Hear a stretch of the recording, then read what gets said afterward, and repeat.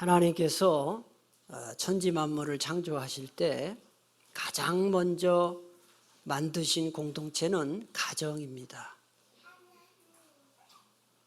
하나님은 가정을 통해서 인류 역사를 이끌어가고 계십니다. 그런 점에서 가정은 인류 역사의 중심 무대다, 그렇게 말할 수 있습니다. 우리 어린이들, 유치부 어린이들 왔는데요, 대답 좀 해보세요. 자, 유치부 어린이들 목사님 보세요. 우리 산이진이도 하나님이 천지를 창조하실 때 가장 먼저 만드신 가정이 누구와 누구의 가정일까요?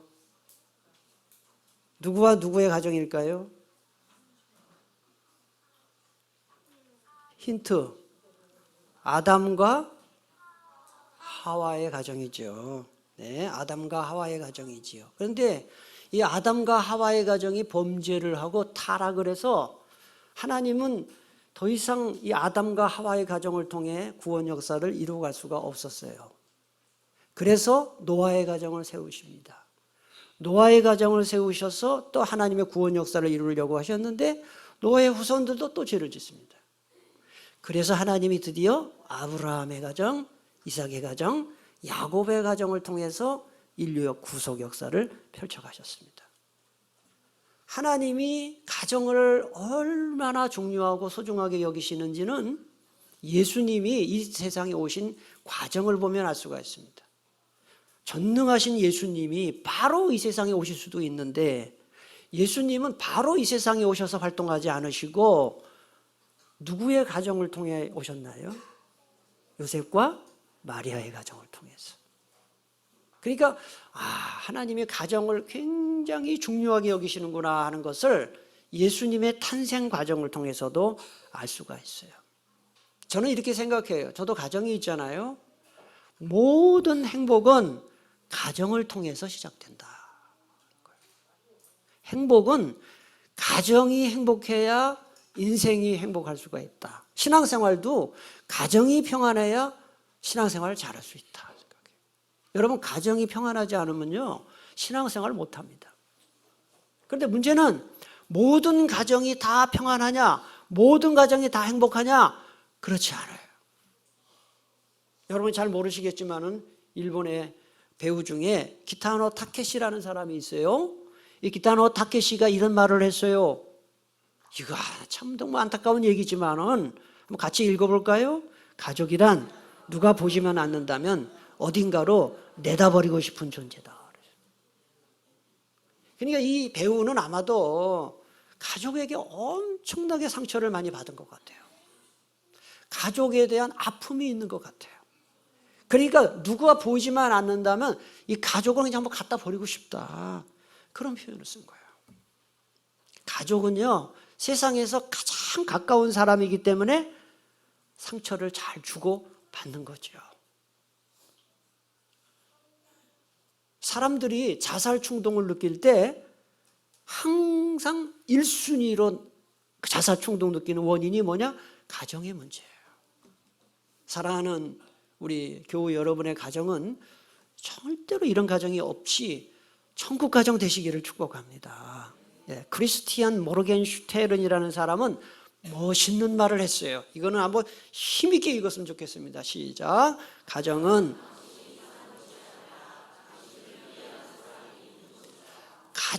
그냥 사는 것이 아닌 뭉쩍 하는 그게 가정이 아니고요. 당신을 어떻게 하는 사람이에요? 이해하는 사람이 있는 곳이라 그랬어요. 참 멋있는 말이죠. 여러분, 세상에서 다른 사람들이 다를 다 외면을 하고 배신 때리고 사는 게 굉장히 힘들 때라도 나를 이해해 주는 가족이 있으면 이길 수 있는 거예요. 그래서 집에 와서 힘을 얻고 집에 와서 희망을 얻고 그래야 그게 진정한 가족이다 하는 것을 말하고 있는 것입니다. 오늘 본문에 보면 여러분들 그냥 읽으셨으면 잘 모르셨을 텐데요, 가족과 관련된 단어들이 많이 나와요. 한번 펜 갖고 오신 분들은 표시를 해보세요. 21절에 보면은 친족들이라는 말이 나와요. 그렇죠? 그 다음에 31절 어머니, 동생들, 그죠? 32절들 중간에 어머니, 동생들, 누이들, 33절에 어머니, 동생들, 34절에 어머니, 동생들, 35절에 형제, 자매, 어머니. 그러니까 오늘 이 말씀에 보면은 가족과 관련된 단어들이 여러 번 나와요. 그러니까 이게 예수님이 말씀하시는 게 지금 진정한 가족이 어떤 가족인가를 말씀하고 있구나 하는 것을 짐작할 수 있어요.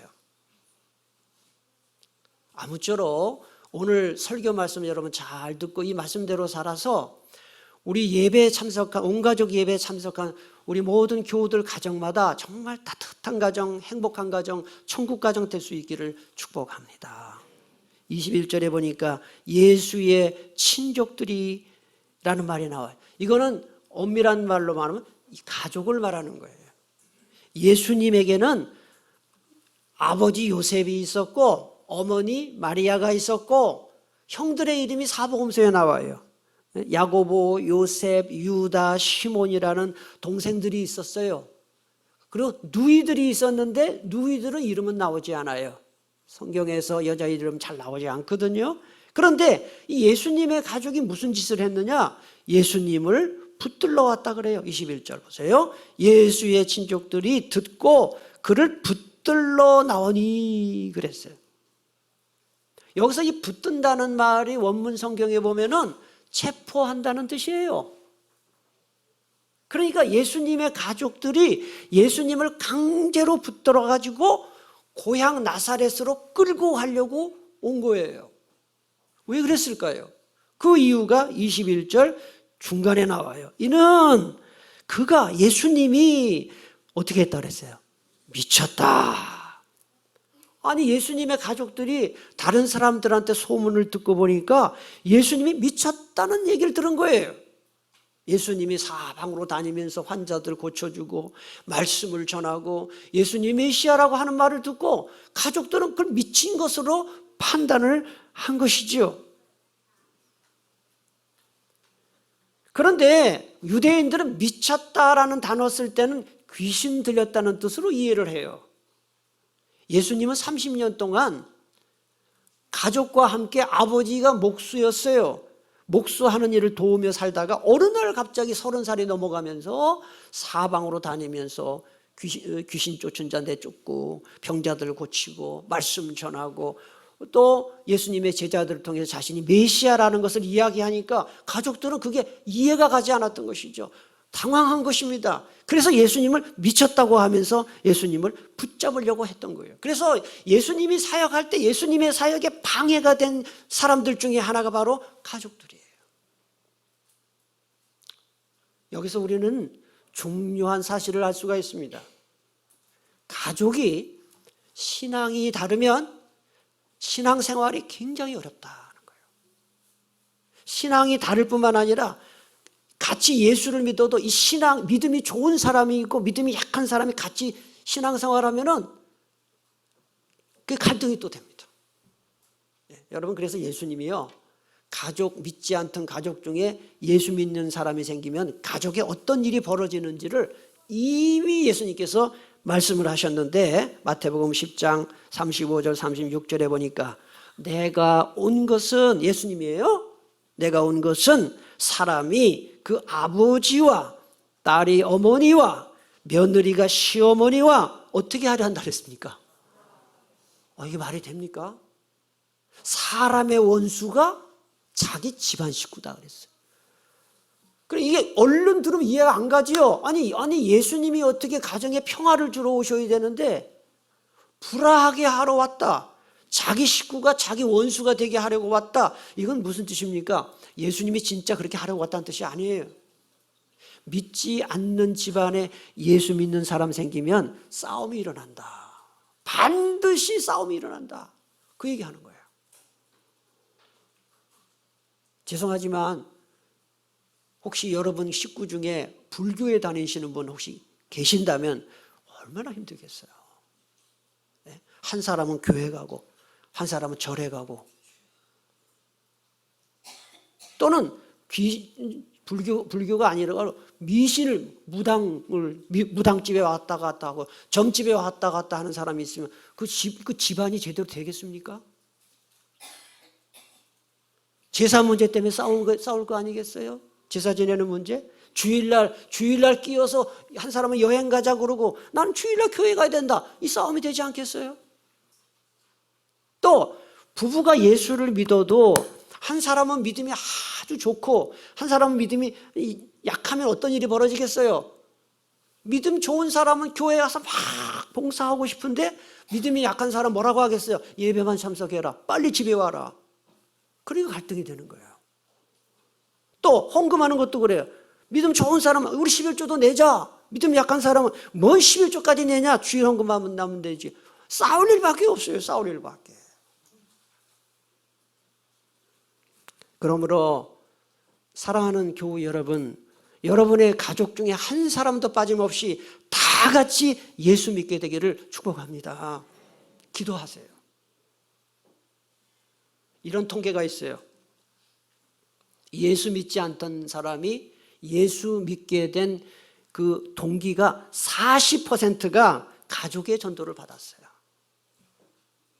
그냥 가장 많은 퍼센트가 가족 전도예요. 또 다른 종교를 믿다가 기독교로 개종하게 된 경우에도 가족의 권유가 가장 많아요. 자녀들의 경우 아빠만 예수 믿는 경우에 47%가 아빠를 따라서 예수를 믿었다. 이렇게 통계가 나와 있어요. 반대로 엄마만 신앙생활할 경우에는 몇 퍼센트로 올라가냐 하면은 56%로 올라가요. 그러니까 부모님 중에 한 사람만 신앙생활을 해도 자녀들은 같이 신앙생활하는 비율이 높아지는데 제가 좀 전에 말씀드렸죠. 자녀들은 아빠보다 엄마의 영향을 훨씬 더 많이 받아요. 제가 이거 왜 그럴까 생각해 봤어요.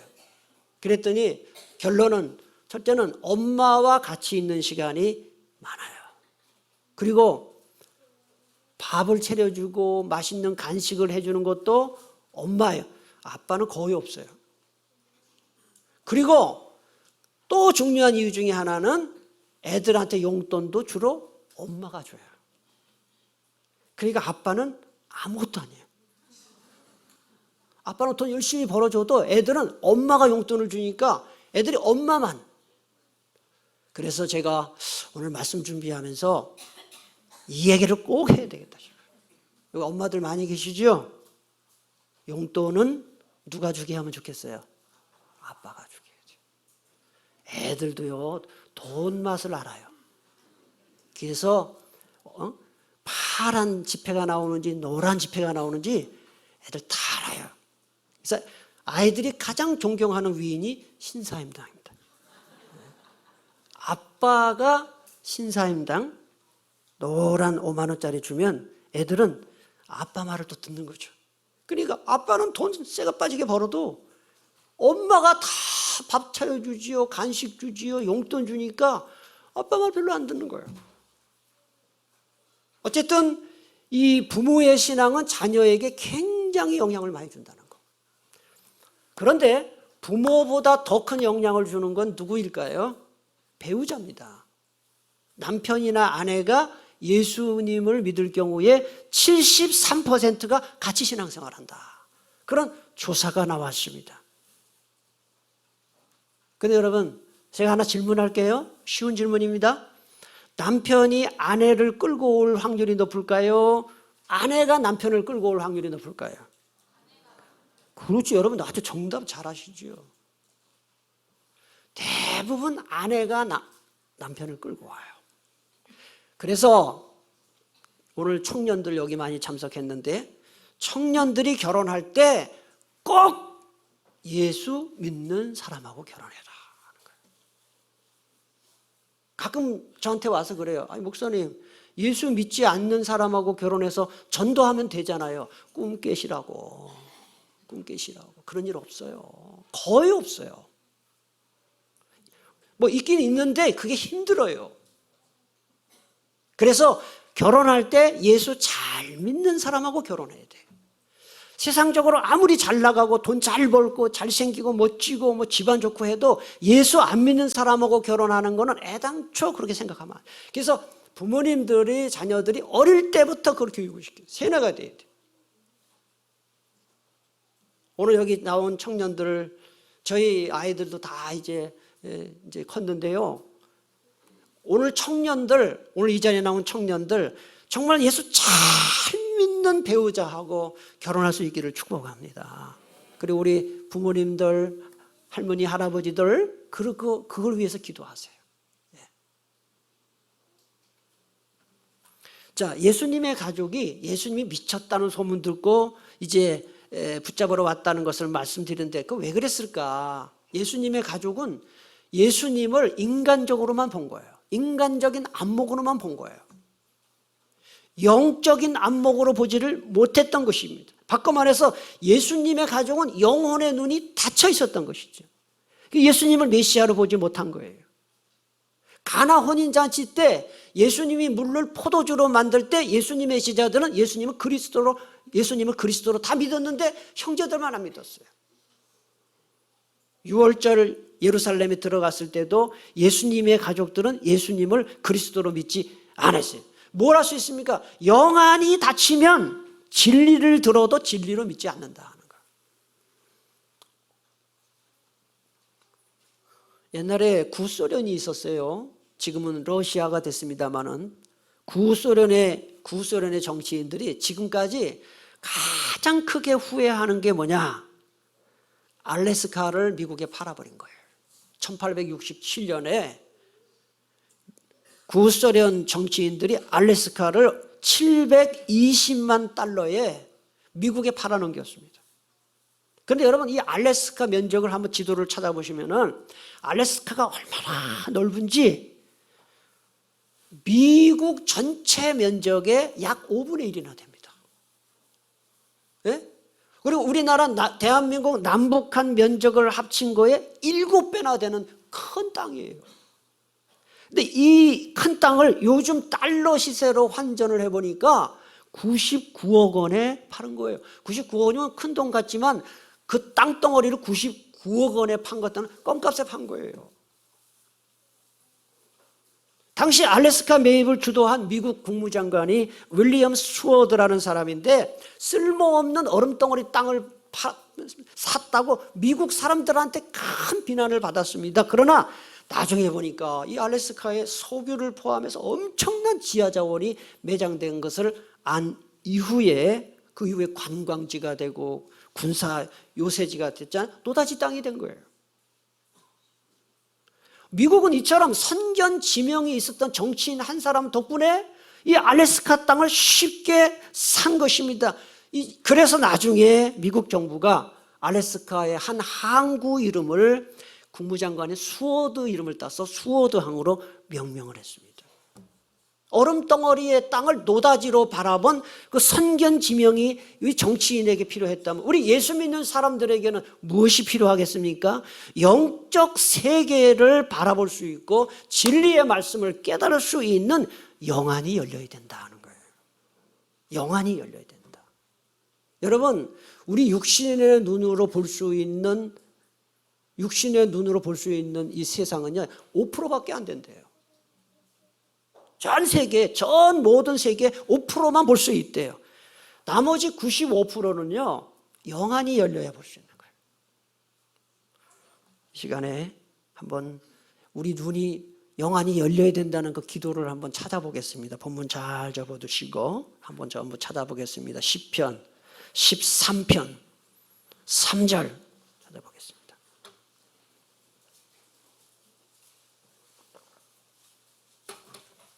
시편 13편 3절 다 찾으신 줄 알고 중간까지만 읽겠습니다. 시작. 여호와 내 하나님이여 나를 생각하사 응답하시고 나의 눈을 밝히소서. 이게 영안을 열어달라는 기도예요. 따라합시다. 나의 눈을 밝히소서. 영안을 활짝 열어달라는 거예요. 오늘도 여러분 똑같은 목사가 똑같은 본문을 가지고 똑같은 시간에 설교를 해도 영안이 열린 사람은 말씀을 깨닫지만 닫힌 사람은 못 깨달아요. 여러분 이왕 시간 내서 예배에 오셨는데 말씀 들을 때마다 여러분의 영안이 활짝 열려서 하나를 들을 때 10가지를 깨달을 수 있게 되기를 축복합니다. 자, 예수님의 가족이 예수님 붙잡으러 왔는데 주변에 무리가 너무 많아요. 그러니까 예수님을 접근할 수가 없었습니다. 그러자 사람을 보내 예수님을 부릅니다. 31절을 보시면 그때 예수의 어머니와 동생들이 와서 밖에 서서 사람을 보내어 예수를 부르니 32절 보세요. 무리가 예수를 둘러앉았다가 여짜오되 보소서 당신의 어머니와 동생들과 누이들이 밖에서 찾나이다 그랬어요. 오늘 이 31절부터 35절을 잘 보시면요, 예수님의 가족들과 무리들이 극명하게 대조가 되고 있어요. 잘 보셔요. 먼저 예수님의 가족들을 뭐라고 표현했는지 잘 펜 갖고 오신 분은 표시를 하시고요. 31절 중간에 보시면은 밖에 서서 그랬어요. 밖에 서서. 예수님의 가족들 얘기해요. 32절 끝에 보면 밖에서 찾나이다 그랬어요. 그러니까 예수님의 가족은 한마디로 말하면은 밖에 있는 사람이에요. 예수님 밖에 있는 사람이에요. 그런데 예수님의 말씀을 듣는 무리들은 어떻게 표시되어 있느냐? 32절 상반절 보니까 무리가 예수를 어떻게 했습니까? 둘러앉았다 그랬어요. 주변에 있었다는 거예요. 34절 상반절에도 보니까 둘러앉은 자들을 보시며 그랬어요. 그러니까 무리는 예수님 주변의 사람이에요. 예수님 가까이 있었어요. 가족은 밖에 있고 무리들은 예수님 주변에 있었다. 이거는 단순한 공간적 묘사가 아닙니다. 관계적 거리를 암시하는 거예요. 누가 진정한 예수님의 가족이냐를 보여주는 것입니다. 그러자 예수님이 오늘 결론입니다. 예수님이 누가 가족인지를 33절부터 35절에서 말씀하십니다. 제가 보겠습니다. 대답하시되 누가 내 어머니이며 동생들이냐 하시고 둘러앉은 자들을 보시며 이르시되 내 어머니와 내 동생들을 보라. 35절 다 같이 읽습니다. 누구든지 하나님의 뜻대로 행하는 자가 내 형제요 자매요 어머니라. 이건 예수님이 자기 가족을 무시한 게 아니고 진정한 가족이 누구냐? 하나님의 뜻에 순종하는 사람이다 그랬어요. 예수님의 가족은 하나님의 뜻에 순종하는 사람, 자기 마음대로 사는 사람, 인정에 얽매이는 사람, 예수님의 가족이 될 수 없습니다. 힘들고 어려워도 말씀에 순종하며 사는 사람이 예수님의 가족이 될 수 있다는 겁니다. 순종은 하나님께 쓰임받는 비결입니다. 하나님이 어떤 사람을 쓰시느냐? 순종하는 사람을 쓰시죠. 하나님 사랑하면요, 하나님 말씀에 순종합니다. 내 생각이 아무리 옳은 것 같고 말씀대로 살면 손해볼 것 같아도 말씀에 따르는 것이 그게 순종이 진정한 신앙입니다. 수십 년 예수 믿었어도요, 자기 마음대로 사는 사람 예수님의 가족 아닙니다. 누군가 말했습니다. 믿음의 조상 아브라함이 고스톱을 잘했다 그랬어요. 이게 무슨 말이에요?